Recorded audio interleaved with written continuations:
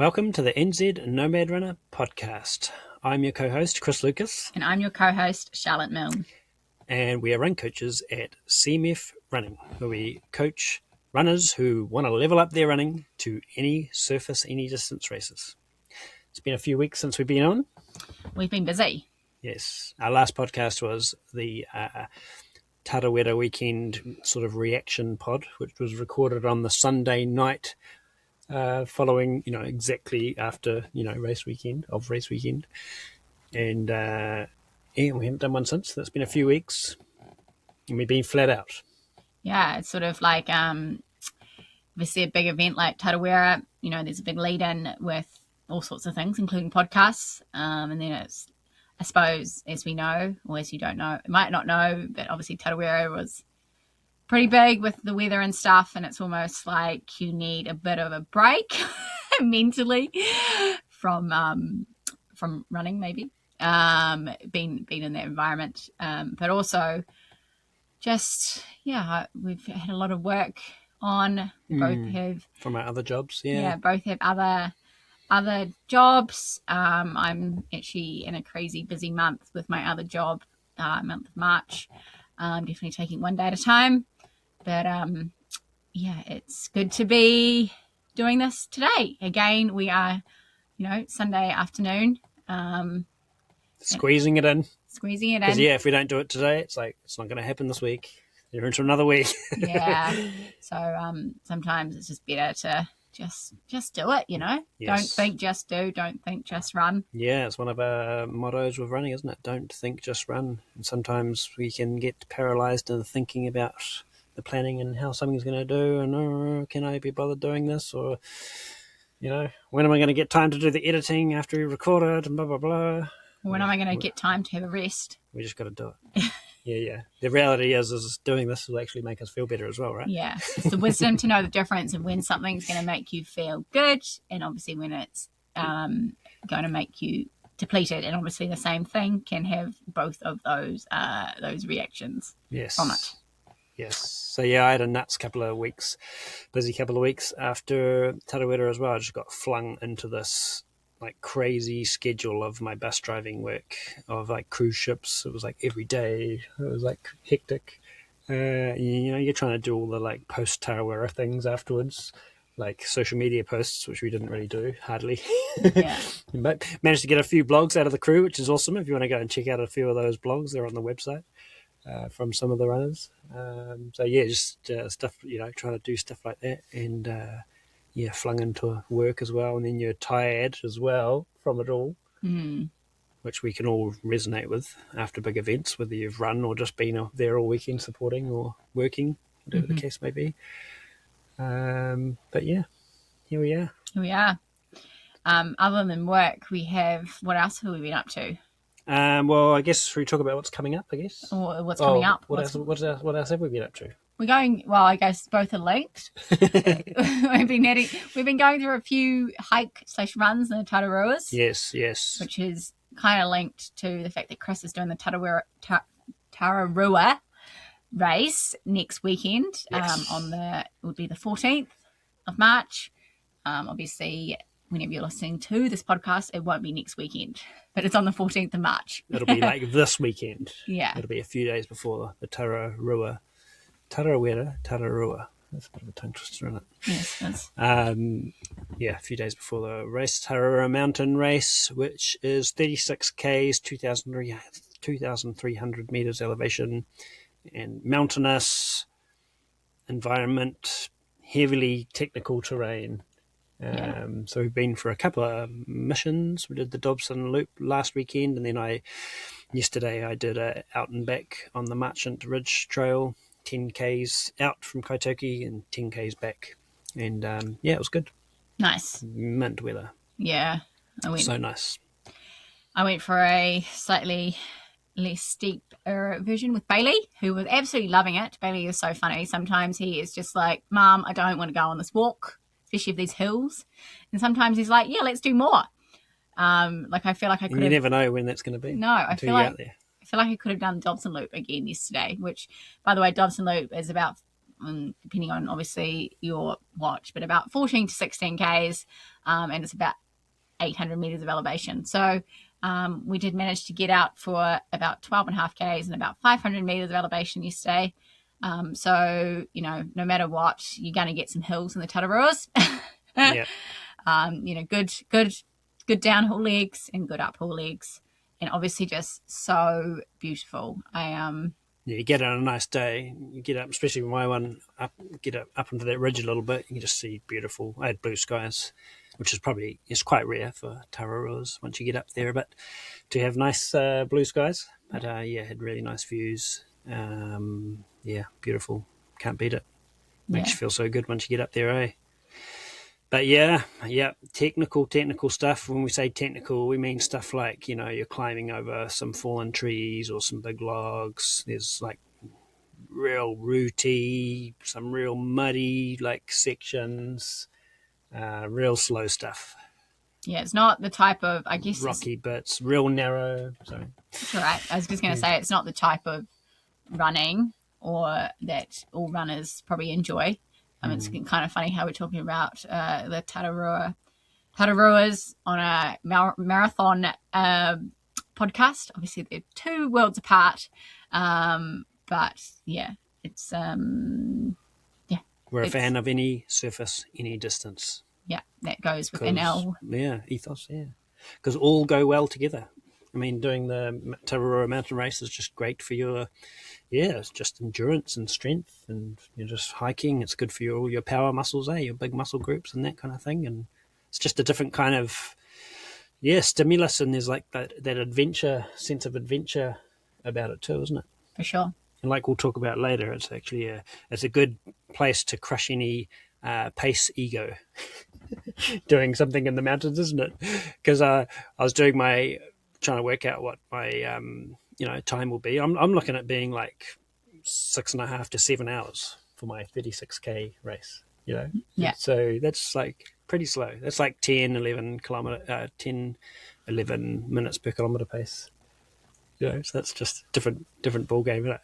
And it's being accepting that when you're on the climbs, you're going to be like 4Ks an hour, and then you're going to have some descents where you're going faster or at 6 kilometers an hour, like that kind of thing. It's just being okay with like those massive swings. There's like sections of technical stuff where you're going really slow. It's going to be even slower again. For sure. And then bits that's faster where you're just moving really well. Yeah. So what else is coming up? That's that. Next weekend. We got a cool announcement. We've got a new CMF coach. Hannah Presswood has joined our team. Yay! Yay! Welcome, Hannah. Good to have you with us. A lot of you will know Hannah. She is the founder and a sports nutritionist at Real Health Sports Nutrition. So it's awesome to have Hannah join our team for coaching runners as well. So it's pretty epic, eh? Yeah, sure is. Yeah. Good. Yeah. She's a good sort. Yes. And we've got we now have a South Island based coach, which is, I guess, a milestone in itself. So yeah, it's awesome having you join us, Hannah. So I suppose if you're interested in being coached by Hannah, you can do that now. Yeah. Flick us a DM. Yes. She'll set that up. But yeah, it's super cool. Great to have a sports nutritionist in the team as well, isn't it?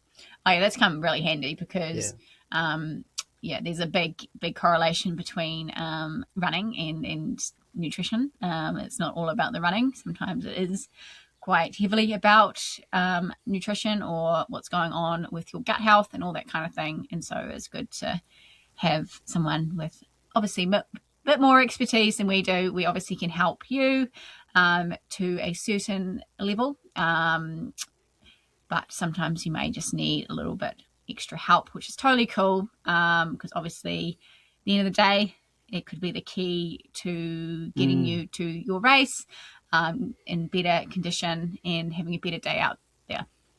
Absolutely. Yeah, it can be the missing part of the puzzle for some, isn't it? Yes. Yeah. So that's super cool. And yeah, we have we're big on the team sharing, like with our coaching team at CMF.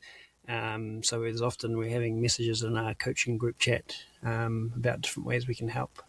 are runners, and so it's cool to have someone in the team sharing that level of expertise as well. For sure. Yeah. Yeah. That's so cool. Wanaka Ultra is coming up last weekend of April, and they've kindly given us a CMF discount code for our coached runners and run club members. So thank you so much, Ultra Wanaka, for that. Wanaka Ultra or Ultra Wanaka? Ultra Wanaka. For that. So that's the last weekend of April. If you want to go on PB or 50K. Yeah, I think there's only like 400 to 500 meters of elevation in the whole 50K. Yeah. 430 meters, it says on the website. So it's basically in the near Wanaka itself, in the lower flatter areas around the river. Finishes in the town. So pretty epic. You're running sort of down and up the Clutha River along those river trails. We've run on those trails, Yes. And so you'll get beautiful views of the surrounding mountains and that kind of thing. And very runnable trails, beautiful trails. Finishing, right in the heart of Wanaka. Yeah, very cool. Great excuse for like a weekend away down there as well. So if you great option if it's your first 50K, or if you want to snag yourself a PB in the 50K, I reckon that'd be pretty awesome. Totally. Yeah, you could smash a time out in that elevation. It's almost like a road. Road 50K really. So to put that into perspective, so folks talk about Tarawera 50K being runnable and fast, which it is to a degree. Except for this year with all the mud. But that's about 1,000 to 1,100, isn't it? Yeah, that's right. So 1,000 to 1,100, so you're talking, 600 odd metres less elevation. So it's going to be quick. Yeah, sure is. Be cool to see how that all goes. Yes. And the other cool thing that we've got coming up, this is all so much happening like within this 8-week period. Mm-hmm. Well, I'm going up to Riverhead Backyard Ultra in a couple of weekends to Crew Michelle. So that's going to be exciting, and to just be there, soak it all up. And then further along in May, early May, we are heading to the Blue Mountains in Australia to hike and jog the 100K course of the UTA, Ultra Trail Australia 100K course. So we're going to get across that course over a 3-day period or so, maybe 4. And just get to know it all. Yeah, it's super exciting. Been also a big milestone for us. Yeah. We've been talking about this for a number of years. Yeah. And it is finally happening. So that is, super exciting. It's amazing. So, and then we're going to Bali afterwards just for a bit of reprieve from, I guess, a bit of time out from... we're going to have like a week holiday. Yeah. We haven't had a holiday. I was just thinking about this before. We haven't had a holiday forever. The last one we had was when we travelled down South Island in the car, remember? And that was like 5 or 6 years ago. Yeah. So we're due a break. 100%. Can't wait. Yeah, it's going to be good for us. But super looking forward to that UTA, getting on the course, because it is going to help us help you guys train to that event. And we're going to, take the camera, get some video, do some vlogs on the course, capture it, and relay it back to you guys as best we can. So it's going to be so cool. Yeah. And we'll be there for event weekend too, to soak in some of it. But our main purpose is to get there onto the trail. Yes. Yeah, for sure. Yes. This week's podcast, we haven't actually said the title, but it will be in the thumbnail of the episode. What's the title of this week's podcast? 5 common mistakes runners make when marathon training. So it feels, marathon training. Marathons, there's definitely some key ones coming up. Starting with Christchurch, which is in about 5-6 weeks' time now. And sort of ending with Queenstown, which is in sort of like that mid-November, isn't it? Yeah, mid-November. So obviously wherever you are, whichever one you're thinking of could sort of dictate obviously what your training is looking like, but more or less you're either starting training you're in the cycle or you're about to kickstart your training, especially if it's your first one or if it's like an A race, like we're actually A racing it. You're kind of looking, at like 6 months out, wanting to, rebuild or continue to build that foundation of fitness. So get ready to do a lot of easy runs. Mainly, it's perfect timing for something like Auckland. We are like 6 months out from Auckland, more or less. Yeah, so this is quite good. You can like listen to these points that we're going to talk about, and it might help you actually structure your training for that 6 month sort of lead in, to the Auckland or a Queenstown or whatever. Yeah, and maybe a Sydney. Yes, we have sort of gone to Auckland or had been quite heavily involved with Auckland for quite a few years now, so it always seems like a big one in sort of like our CMF calendar. But if you're in the realm of doing more marathons than say ultras, there's obviously lots of other big ones, Christchurch, Wellington, Rotorua, Hawke's Bay, Queenstown, and then I think that's all. And Taupo. Dunedin and Taupo. Yeah, so many. There's so many. So it all sort of kicks off now. Sort of, is it Christchurch or Hawke's Bay first? It's all coming up. Yeah, and we're looking just before. Hawke's Bay is like 8 weeks out, pretty much 7 or 8 weeks. 9, is it? Yeah. So it's all on. Yeah. Should we say the 5 things and then we can get into it? So number 1, 5 common mistakes runners make when training for a marathon. Number 1, choosing an arbitrary goal, time, or pace based on ego. Classic. Number 2, putting too much emphasis on kilometers per week and Strava glory stats. Also classic. Do you want to read a couple? Sure. Not knowing your pace zones and pace threshold numbers. That's number 3, yeah. Number 4. Doing too much too early. And the last one is only focusing on the run training, physical running part of your training and ignoring, all the other bits. Yes. Cool. So, and they're quite kind of like nicely linked in, aren't they, to each other as well? So, without further ado, number 1, choosing an arbitrary goal, time, or pace based on ego. Definitely feel like this is something that is more common in the road running scene. That there's more fixation on time and pace. Obviously it probably doesn't help air quotes that there's maybe because there's like paces with certain time, 3:30, 4, 3:15, 3 blah blah etc. So you're kind of it's such a measured thing too, isn't it? The format of the race, of that race type, is very measured, isn't it? Yeah, for sure. And I think at the end of the day, like especially when you're probably getting that between that sort of 3 and 4 hour, which is probably a lot of what you fall into that we're speaking to. You're running pretty hard. Obviously, if you're running faster than 3 hour, you're running even harder. But it's like, there is a lot of like you're focusing for that amount of time. You're running, on like ultras, like you're taking walk breaks, you're stopping at aid stations, all that kind of thing. You are running 42 Ks, hopefully without walking because you've gone out appropriately. And so I think, that could help. That could be linked to wanting to get a goal because I guess the experience could be a little bit narrower. Like you're not going out there to have maybe like a spiritual, holistic experience like maybe you are on trails. And it just seems to be a culture, right? Chasing those milestones. And it's a flex. People, I get it. Like we want to get the flex. We want to get the sub 3:30. We want to get the sub 3:15 or sub 3. Because it's a nice thing to have on your running resume. Like but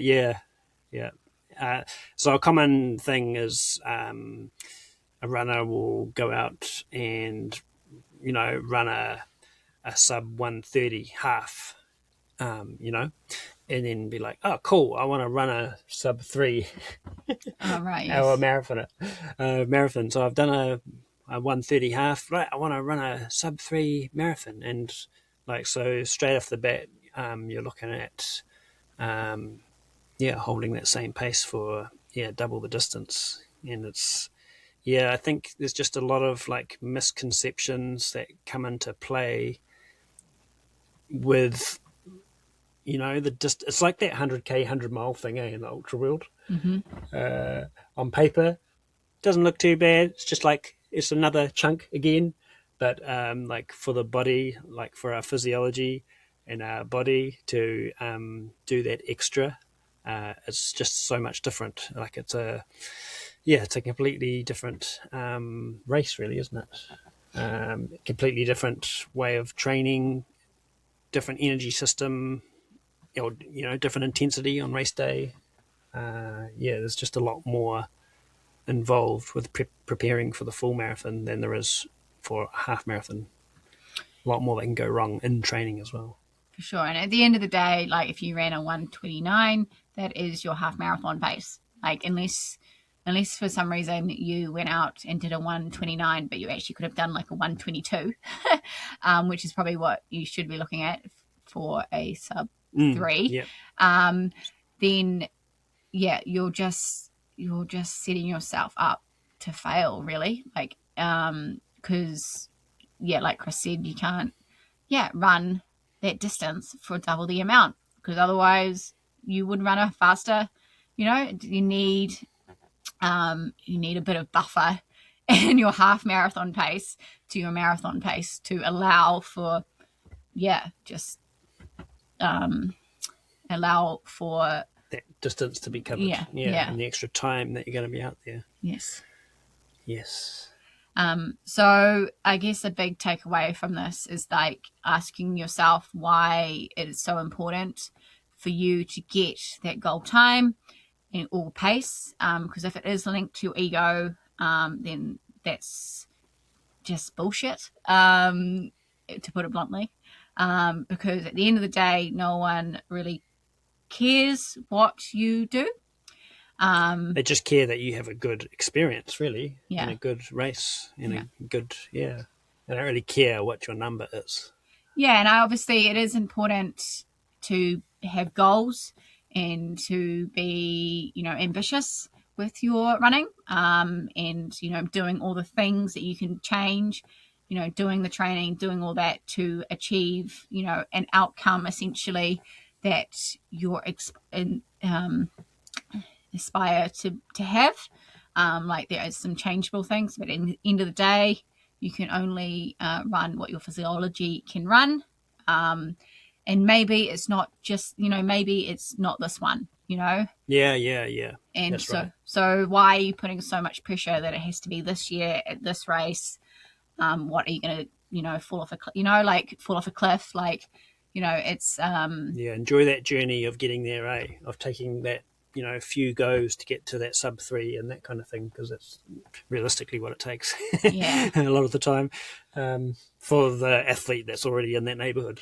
And like, we all stuff up from time to time and we don't get this right, and we do go out too hard, and we pay for it by slowing and thinking, geez, that was hard, I'm not a very good runner, and then we have a good race and we race our ability and we're like, oh man, I'm such a good runner.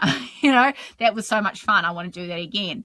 The two different experiences, and like maybe at the end of the day, like unless you blow up hugely, like the differences might not even be that much, it's often not as well. It's just the experience that's totally different. And you want to go away from every race feeling like, man, I've achieved something really cool, had a great time, I pushed myself, maybe I was in a bit of a pain cave at times, like that's fine. It was going to be hard. But if you're like absolutely just dying out there and just like from like 25k's onwards, because you've gone out like 20 seconds too hard, like you're just gonna be like thinking that you're a piece of shit, it's And the other thing, guys, is like when you run a good full, like that's within your realm of potential, you're getting adaptations from running that good full marathon that you're then going to take to the next one, rather than like essentially going out at your half marathon pace in a marathon, blowing up. That's not really doing anything for you to get you faster for your next marathon. So going out and doing your marathon within your ability at your marathon pace of what it is that day, your marathon intensity, you're going to get more gains as well that you take to the next block. You're not going to roast yourself, you're going to recover well, and you get to take those adaptations that you get from that, not only your training block, but that race that you've just done. For sure. So that's another really exciting point as well. Yeah. And just, I think, consider like the type of runner you are, right? So obviously there is just pure marathoners or road runners that do a mixture of 5K, 10K, half marathon, marathons, or they're just purely marathon runners. Or you could be a runner that does a bit of everything, backyards, ultras, half marathons, road marathons, trail marathons. If you're, a bit of everything, like obviously you can still race or focus on a road marathon, but maybe like year on year, like it could look a little bit different than if you were just like, oh, I'm just resigning to like the road marathon or just getting fast at the road marathon. You can still scatter in your other things in there, eh? That's what you're saying, eh? Maybe? No. Like I'm sort of saying that, like if you're going from like if you're wanting to like a 100K and then you want to do like a marathon and then you want to like do a 50K, like you're obviously using different types of training opposed to someone that does just marathons. Like Yes. you're going to be sort of like almost more dedicated to the marathon and getting faster than if you're working other aspects of your running to get to your sub 3:30. Like it might just take a little bit longer. Yes, that's right. I see what you're saying. Yeah, for sure. Yeah.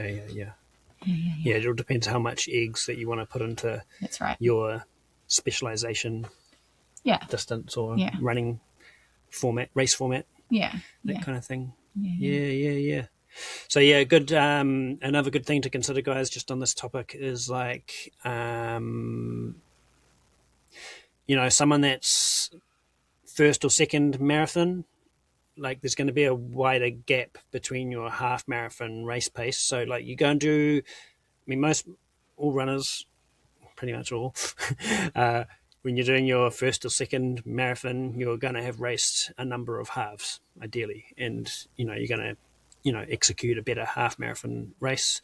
And so you know what your pace is for your well-raced half marathon.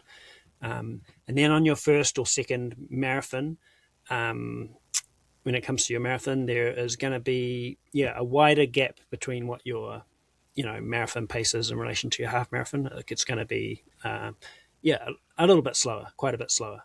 Whereas when you become more advanced, you've done a number of marathons, you've been running a number of years, that kind of thing, your marathon pace is, becomes closer. The gap becomes much closer to your half marathon pace. So that's another place where I see runners getting into, going down the garden path, like with this point that we're talking about, is they'll plug in their numbers to like a chat GBT or a marathon pace calculator and be like, I can run a 1:30. What's my marathon pace going to be? And what it regurgitates back is often not as accurate. When taking into account the first or second timer marathon runner, even a marathon runner who's come to us and maybe they've done a few, but they've never really trained well or specifically for it. Even that athlete, it'll be, that first time being trained, it'll be a lot slower or a bigger gap. Yeah, so things like that to consider. So basically, choose realistic goals is what we're saying. Yeah. The marathon distance. Have a good experience. Yeah, the marathon distance is tricky. Then there's a lot that could go wrong, but obviously there's a lot that can go right. Yes, and different courses come into it, all that kind of stuff. Hillier courses, different times a year with conditions and all that stuff. Sure. Number 2, putting too much emphasis on kilometres per week and Strava glory stats. Sort of this one is a little bit in the ego category too, isn't it, really? Yeah, so a good trick around this is doing runs for time opposed to kilometers, because at the end of the day, like we all, 60 minutes is 60 minutes for everyone, regardless of the distance, and probably the same, outcome of the training session is the same for those two runners. And it's that saying that more is not always better. And we were talking kind of before this podcast. The key training for a marathon is about 8 weeks. So if you're looking at your key pre-race, yes, race day block, yeah. So if you're looking at a 6 months lead in, or even 16 weeks, 4 months, like it's still a lot of time before 8 weeks out, like 2 months out. So you don't want to be like, doing 80 to 120 Ks, like, 5 months out, because where are you going to go from there? Yeah. Where's the peak from there? You're just going to peak and then plateau, aren't you? Or, yes. If you don't get injured, that is, or sick or burnt out. Well, there's probably a high probability that you're going to be doing this, unless, of course, you're an elite runner who, this is your full-time job, and you know that you can handle 220 Ks per week. So maybe you can handle 120. But for most of us who are decent runners with busy lives, you're probably looking at, maybe around like 45 to 60 Ks per week. Oh, like in the earlier phases? Yeah. Like base phase, 6 months out. Yeah, something like that, eh? 60 odd Ks. Yeah. Obviously, like, And then go building from there, yeah. Yeah, so 45 Ks, and it's just all about that time, right? So maybe it's like 5-6 hours of running per week.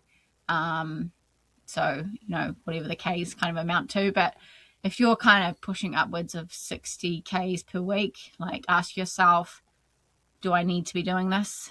Your long run kind of is 75 to 90 minutes. If you're going out for 2 hours and a half, like why do you need to be doing that? Yeah, like too far out. Yeah, those are the ones that you want to be getting to inside that sort of 10-week, 12-week block. Yeah, that kind of thing. Yeah. And so you just have to be patient, I think. It's exciting. Obviously, it's really exciting. Like, you're signed up for a race, and, some marathons more than others have a lot of hype.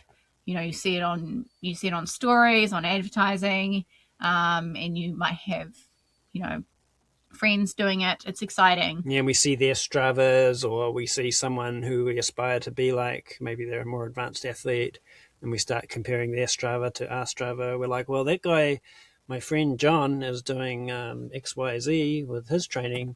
I should, that's where I need it. That's what I need to do. I need to do what he's doing so I can get like him. But the thing is with John, to get more advanced, he or she has gone through those steps, earlier in their running to get to there, and so that's the thing to, bear in mind. So I think comparing ourselves to others is something that comes a lot into this point number 2, isn't it?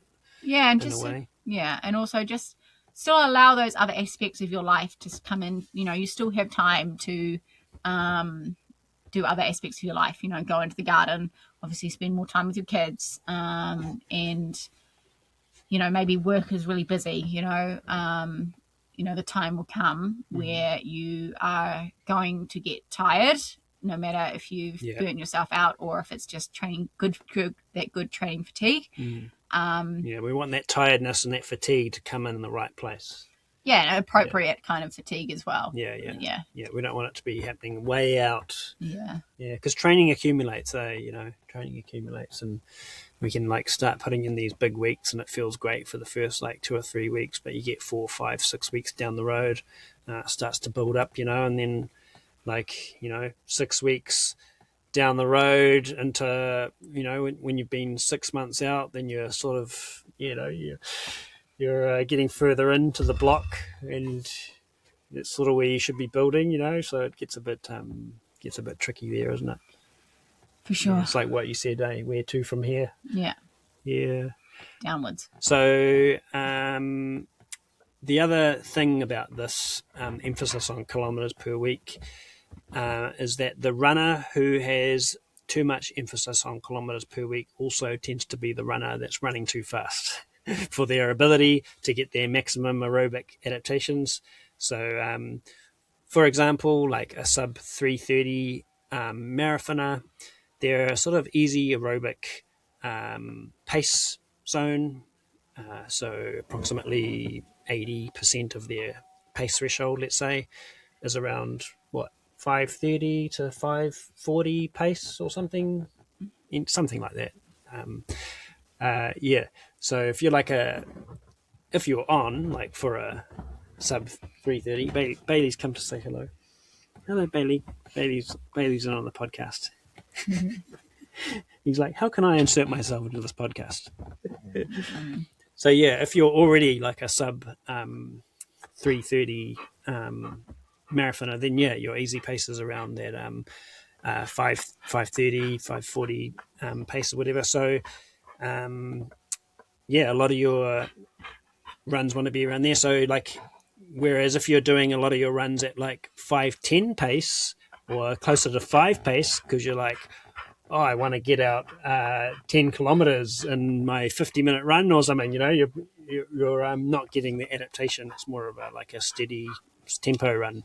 Yeah. So then all of a sudden you're not getting the adaptations at the right time for like what you're training towards at the right part of the block.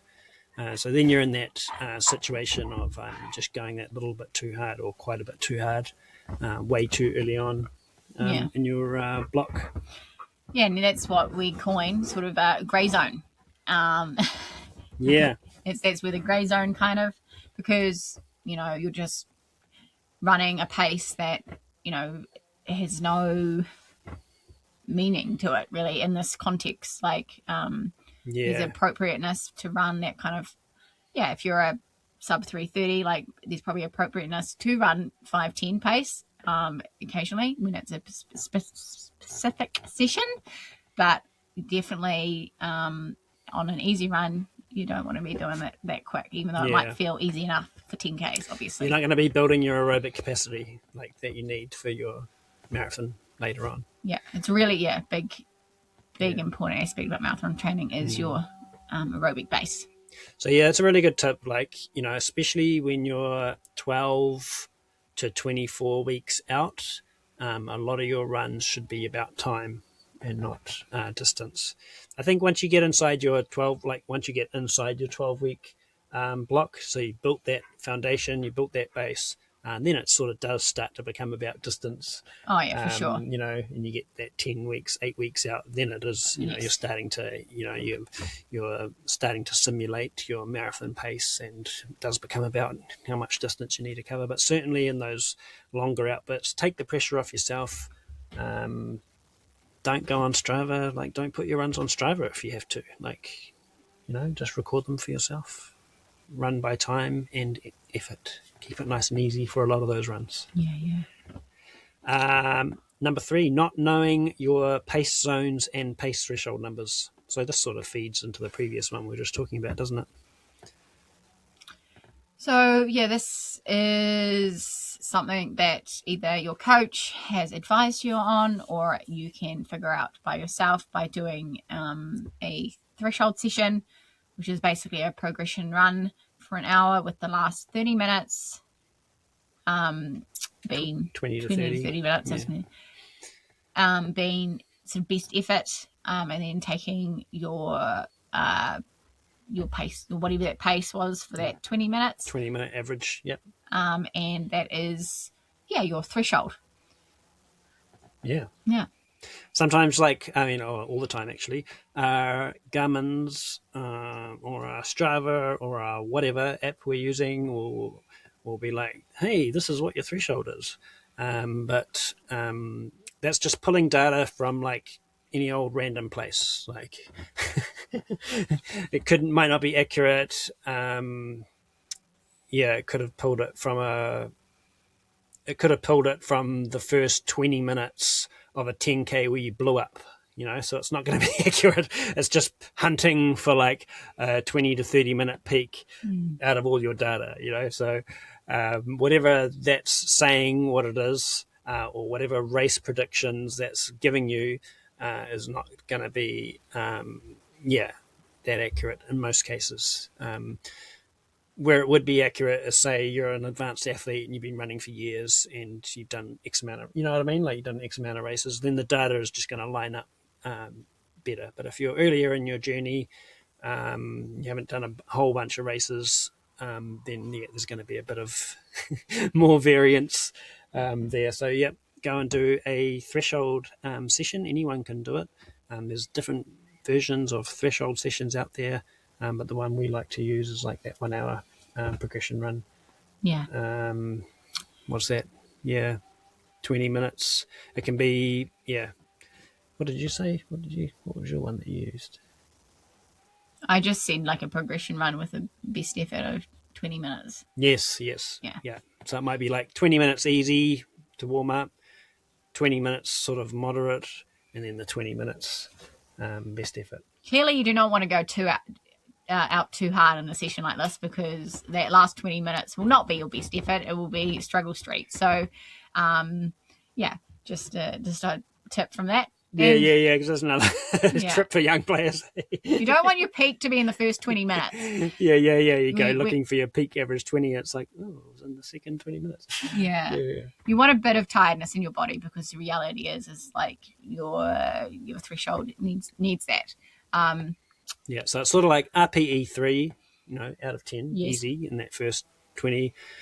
RPE 5-ish, 5 knocking on the door of 6 for that second 20 minutes, and then last 20 minutes best effort.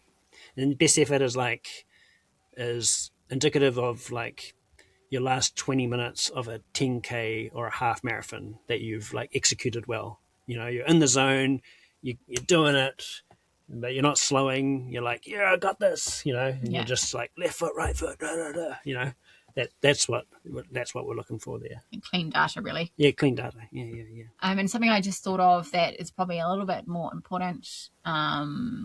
It's always important depending on your wrist monitor.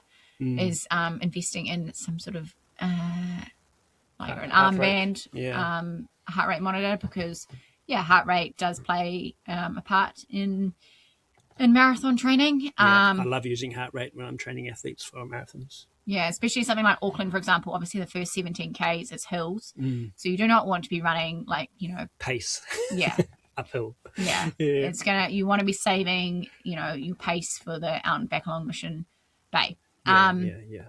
So, you're wanting things to line up, and, depending on, again, sort of circling back to, I guess how much this marathon really means to you. Like, you're going to invest more into things like this. So, you don't need to go into like analysis paralysis, but you can pull from more things that are going to help you, gather more clean, accurate data. Yes. And obviously, if you guys want help, you can book sessions with us for us to analyze your data and set zones for you, without engaging us for coaching, if you just want help with that piece. So we do one-off consults and that kind of thing too. And then for our one-on-one coach runners, we do use heart rate and with all our training really as guided. It's not as the sole only thing. It's not the be all and end all with everything. It's just another tool in the toolbox that we use and teach our runners about. Yeah, for sure. Which is cool. So yeah, as a result of that threshold session, not only do you get to set your pace zones, but you get to set your heart rate zones as well. And then so from that data, you get you get insight into what your marathon pace is, because your marathon pace, depending on the type of runner you are, is going to be somewhere in that 87 to 95% of your threshold. So your threshold equals 100%, essentially.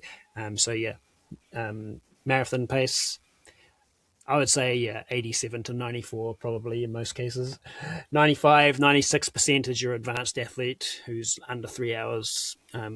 Yeah, advanced athlete who's been running a bit longer. Maybe they're doing 250, low 250s.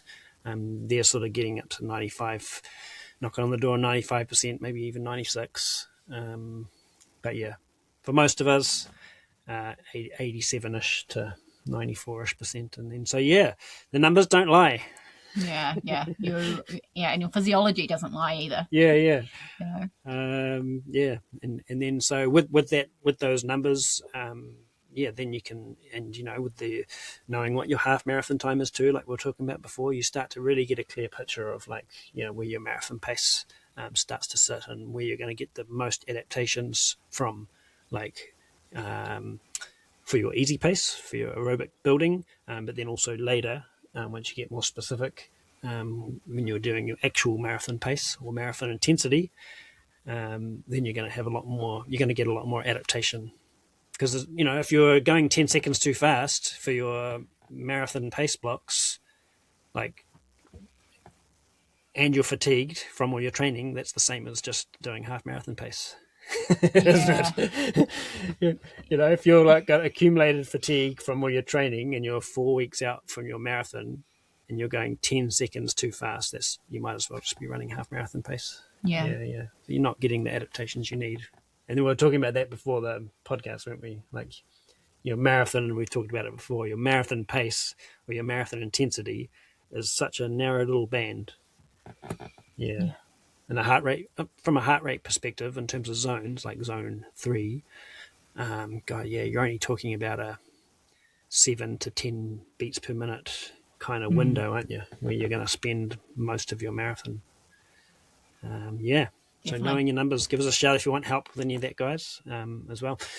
Point number 4, we've sort of talked about this already, haven't we? Doing too much too early. Yeah, it's a big correlation between this and point number 2. I guess it's just about getting the right training mix, which is actually going to talk about point number 5 as well, I feel. But yeah, you don't want to be doing too many sessions, too many Ks, too early. And yeah. I think a part of this one is, like, there's a mental aspect to this, isn't it? And that's where coaching comes in, right? A lot of our coaching that we're giving our runners is it's about overcoming some mental things. So it's that thing of the runner's head is telling me I got to do more for whatever reason. I've got to do more because I've got this race, and so there's a conflict, conflict of interest or conflict of pressure, where our heads are telling us to do more running, and then we end up doing too much too early, and start digging that hole too early in the block. Yeah, I think it's just like, just chill out a bit, in these sort of earlier stages, 6 months to 3 months out, like, there's still room for you to do other aspects of your life, and you don't have to consume yourself. Like, in those final 8 weeks, you're probably going to be thinking about the marathon like a lot. And you can still think about other aspects of your life in those sort of earlier stages, and I think it's just hitting the basics right as well. Look after yourself. So I think this kind of is speaking to, I think we should just go on to number 5, which is only focusing on your run training, because Things that also you can be focusing on in those earlier stages is big one is like strength training. Because in those final 8 weeks, like you're not going to be strength training, but it could be like 1 to 2 times a week, 10 to 20, 30 minutes max. Yeah, light. Yeah. But if you haven't done like adequate strength training, 12, 16, or 8 weeks plus, there's so many little brackets, you could be missing a beat here, you could be setting yourself up to injury, and also strength training helps with prolonging fatigue. So when you're in the back end of a marathon, you want your strength training to carry you through, to keep your body upright, your shoulders back, form integrity, chest open, so you can keep breathing well. Definitely. So all those kind of things is what you can, if you're like got itchy feet, like don't just double down on running, do strength training, or maybe go for a bike ride, or some walks could even be appropriate if you've got really itchy feet. Yeah. I mean, it's all aerobic training at the end of the day. Like, that 20 to 24 weeks out, 16 to 24 weeks out. It's all like about that aerobic training. Like the sessions aren't a lot or ridiculous, your midweek like workouts. They're not crazy kind of things. I quite like using bike, like the indoor bikes especially. Yeah. I love prescribing indoor bikes to my athletes on the basis that they like it, or maybe I'll try and convince them to like it. Yeah, as well. I've had like athletes. I've got an athlete who I started doing bike. She has a goal of doing marathons, and I prescribed bikes, and she like found it actually quite hard to do it well because she had like kind of quite weak quads actually. Yeah. You're going to find out about your quads. Yeah. And so as a result of doing these bike sessions, she's gained some more quad muscles, which essentially is actually going to help her in the marathon, because definitely you need a strong body. It's a little bit different obviously from ultras and all that kind of thing. Like you don't need to be maybe quite as conditioned in the strength realm, but you definitely need, a good base of strength training. And you can, get that through strength training and biking as well, or doing a hilly hike. So adding in those could be appropriate. And also I think another thing is like training your gut. So if you're a person that, is just like obviously 4 hours and below, you're running pretty hard for 4 hours and below, and you're going to have to consume calories to keep you going, but then your gut is, your stomach's like, I don't want to eat because we're running from this tiger. Because most of your calories, if you're 4 hours and below, are going to be the quick burning gels and fluids and whatever.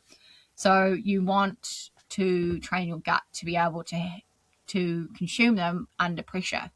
So it could be starting with those easy runs where the sort of, there's not so much stress on your gut. So if you sort of laid a foundation essentially of your gut health and being able to consume this, when it comes to hitting those key sessions, your stomach's like, oh, yep, I know what this is. I've got a good foundation now. Let's do this. Pretty much when I start getting a runner, even so once I start accumulating weeks of training, as soon as I get a runner over like 75 odd minutes, definitely, I'm like, nick a gel, or like take a handheld bottle with you, with some Tailwind or whatever carb mix you're using. Like, why not? Because you're not only fueling for that one session that you're on, you're fueling for all of your training too, right? And you're fueling for your recovery, most importantly too. And I don't think we need to like go into a deep dive of, I don't know if you've heard, but obviously consuming more calories these days is a good thing. And I think, again, if you're struggling with this, like reaching out to someone like Hannah could be really appropriate, because, these days people have all sorts of immune sort of health that can be stopping you from being able to do this. And it could be just an easy fix or something like that. So maybe this is when, you're engaging people like Hannah to sort this out, because you have time, because essentially, you're not running that much. So by the time that you are running a lot, you're not like, oh my God, I don't have time for this. Yeah. So often we see folks getting into binds when they really, you don't want to be getting into binds. They're 8 to 12 weeks out. You want to have like, be organized with that kind of stuff. You've worked on some health things, you've worked on your strength things, you've worked on any little niggle anomalies with the physio. You want to have done all that before that 8 to 12 weeks period. That's part of your foundation building for your key block. You want to be getting to your key block, like going, sweet, I've already been seeing my physio. I've got my little exercises to do. I've done a good build of strength work. I've been working on my fueling and my nutrition. I'm healthy. I'm feeling good. Then you're ready to just nail that training. And that's the difference between folks nailing a good marathon on race day and not, like, really. Yeah, and all that kind of stuff builds confidence, right? So if you've procrastinated or ignored this, that, and the other, like, you're not going to be on the start line as most confident as you can be. So you've got to take those actions to like get yourself into the best shape that you can get yourself into. Totally. And don't just have the blinkers on and just think, gotta run. Yeah, keep digging. And those are the folks that we see in the Facebook groups 4 to 6 weeks or 3 to 5 weeks out from race day, chucking in comments on questions on a Facebook group going, oh, I'm injured and I've missed my long run last weekend and how many K should I do this weekend? What do you go? That's just not a, like, save yourself that anguish, and that kind of thing as well, by trying avoiding these mistakes is a good idea.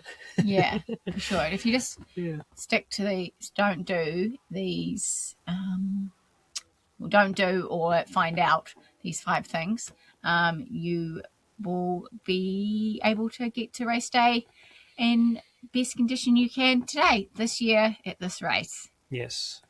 All part of the journey, eh? Yeah. And then on to the journey for the next race. Yeah.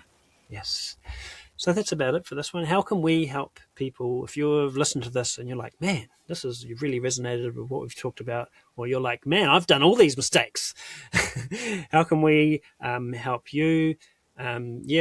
One-on-one coaching. We can help you if you're ready to really level up your running. We can help you with your coaching, week to week, one-on-one run coaching, either with us or one of our team in the CMF coaching team.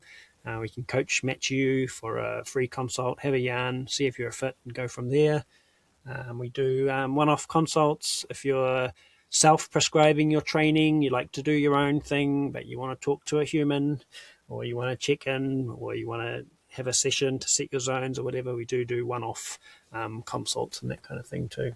So feel free to reach out for that kind of stuff. And we do some sort of low-key training too, like if you want just a consult and a plan, and you go off and do your own thing without having the one-on-one coaching, but you just want us to build a plan for you, for your ability, and you want to have a consult.